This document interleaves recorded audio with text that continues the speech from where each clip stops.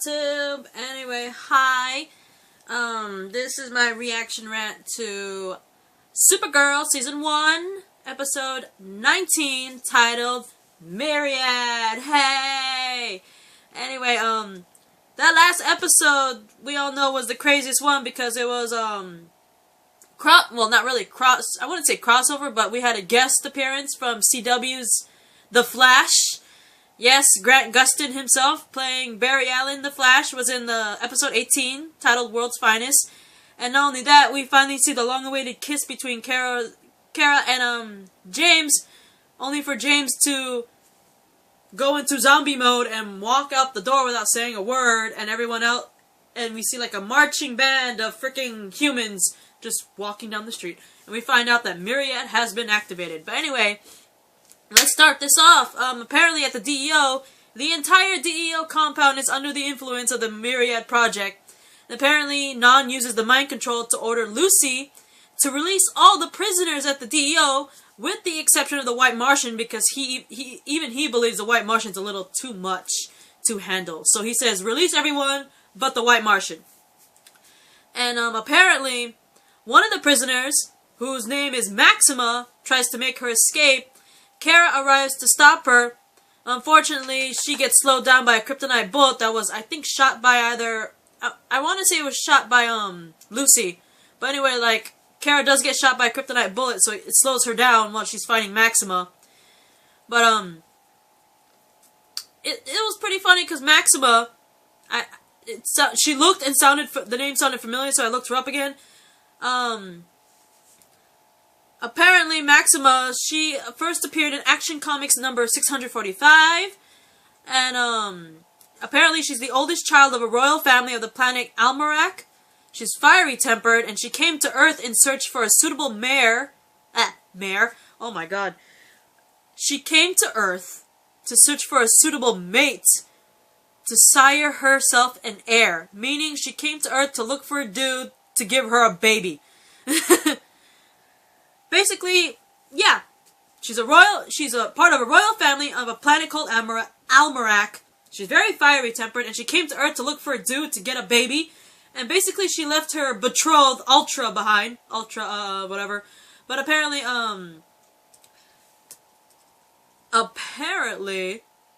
hang on. She got a very, she was very interested in Superman, apparently, sexually.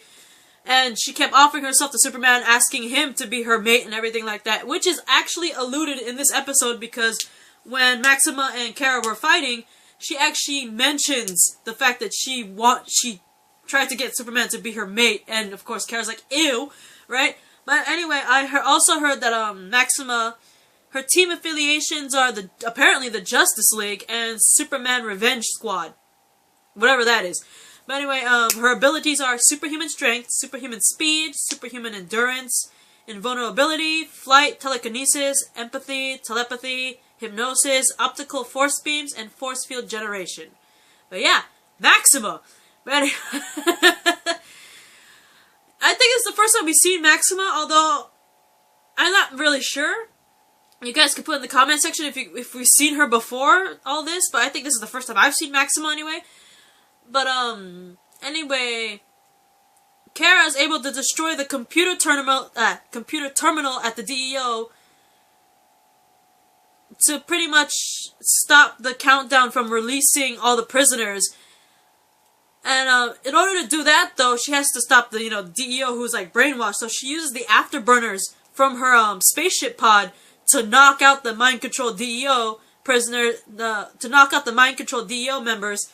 And when she destroyed the computer terminal, she prevented the prisoners from escaping. With the exception of Maxima, naturally. Although, I think she did apprehend Maxima because she beat her. And then she removes the bullet, and she ends up flying to the Fortress of Solitude, mainly because she wants to find Superman to help her with this whole Myriad thing.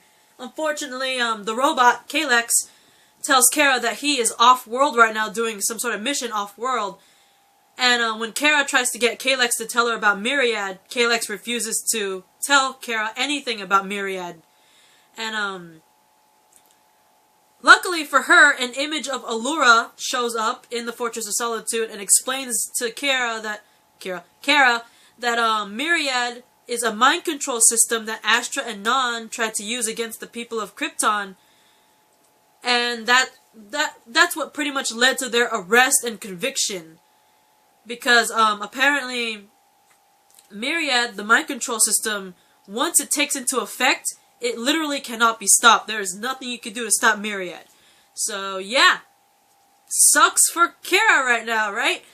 But anyway, back at National City, Kara's noticing that everybody is now under the control of Myriad, and she goes to work at Catco, and she notices that Wynn and everyone there, they're all on their computers, they're all under the control of Myriad, and apparently they're watching a bunch of Kryptonian codes that are appearing on their computer screen, right?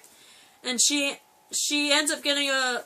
I'm not sure if she calls General Lane or General Lane calls her, but anyway, I want to say she calls General Lane, but apparently General Lane places the entire National City under quarantine, and Kara informs her that she'll try everything in her power to save Lucy, because he knows Lucy's most likely under the influence as well.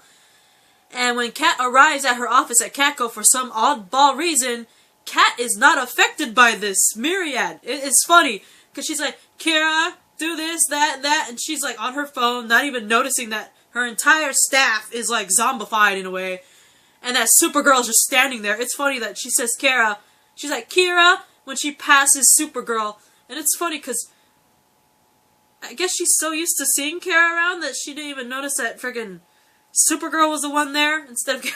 But they're same person? I don't know. But anyway, I thought it was funny that when I first saw the fact that, Kat was not affected by Myriad, I thought that was freaking hilarious. I was like, out of all the people in the world, well, not people in the world, but out of everyone in National City, Kat Grant is the one not affected by Myriad? Really? But anyway, during the whole conversation, Kara's all like, don't you notice that everyone's acting weird here in the office? She's like, huh, you're right. I thought it was just my crazy personality that finally shut them all up and all that stuff. And finally, Kara manages to get a text message from Clark, aka Superman, saying, I'm on my way to help. So she runs out to the balcony looking for him, and then I thought this was cute, because when she got the text message, Kat, she's like, you have a cell phone, can I have your number? And then when she mentions that Superman's coming, it's like, Superman has a cell phone number? Can I have that too? So I thought that was funny, seeing Kat all like, you have a cell phone? So you do have a cell phone.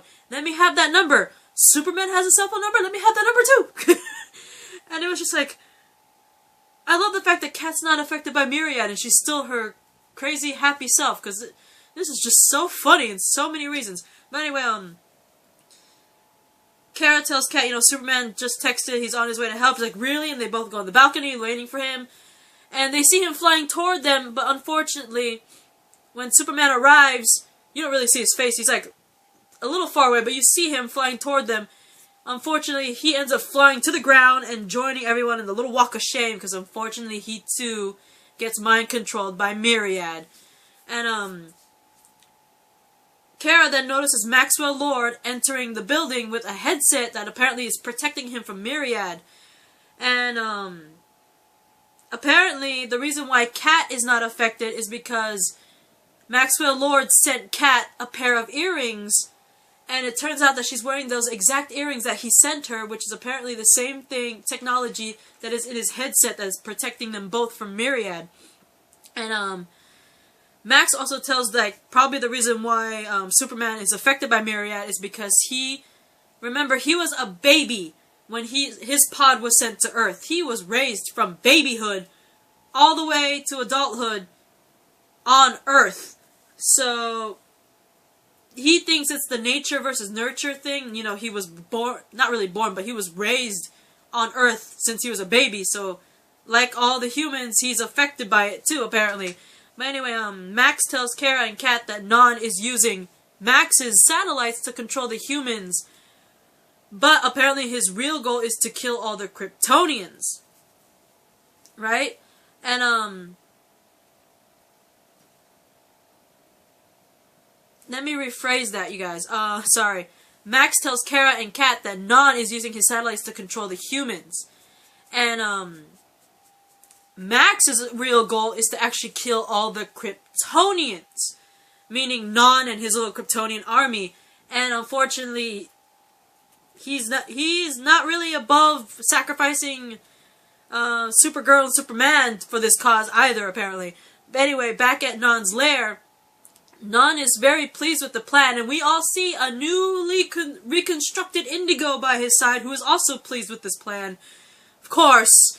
But anyway, Non ends up going to Catco to tell Kara that bringing the people of Earth together will save the world, will save Earth from the same fate that Krypton had. But apparently Kara, believes that, Non betrayed Astra, because we all know Astra, toward the ending, she didn't want Myriad to really happen, you know what I mean? But anyway, because of this, Non forces Wynn, James, and another co-worker named Kelly to turn on Supergirl by going in different directions, different windows, and jumping to their deaths. And unfortunately, Supergirl, who actually manages to rescue Wynn and James, because she jumps out the window to rescue them, unfortunately, she was too late to rescue poor Kelly, and she falls to her death. That was just... When I saw that, I was in shock. I was like, are you for real right now, Non? Really right now? But anyway, when she does save James and Wynn, and when she puts them safely on the ground, unfortunately they're still brainwashed, and they tell Supergirl, accept defeat or you will die, and all that stuff, and they just walk away.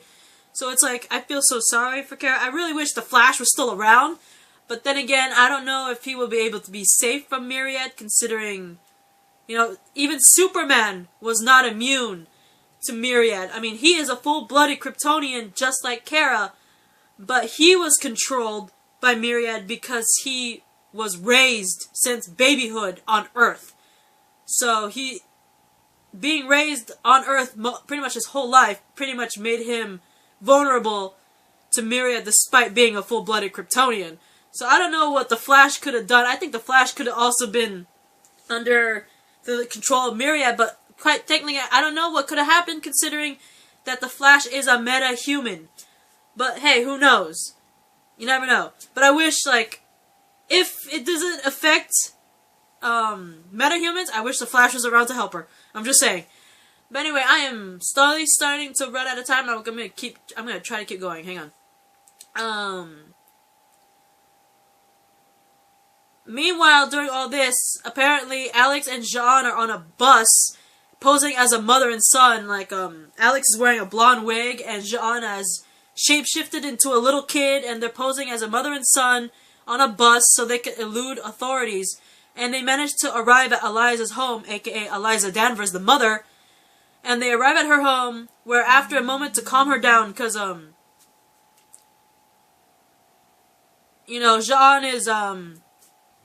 Jean pretty much transformed back into fake Hank.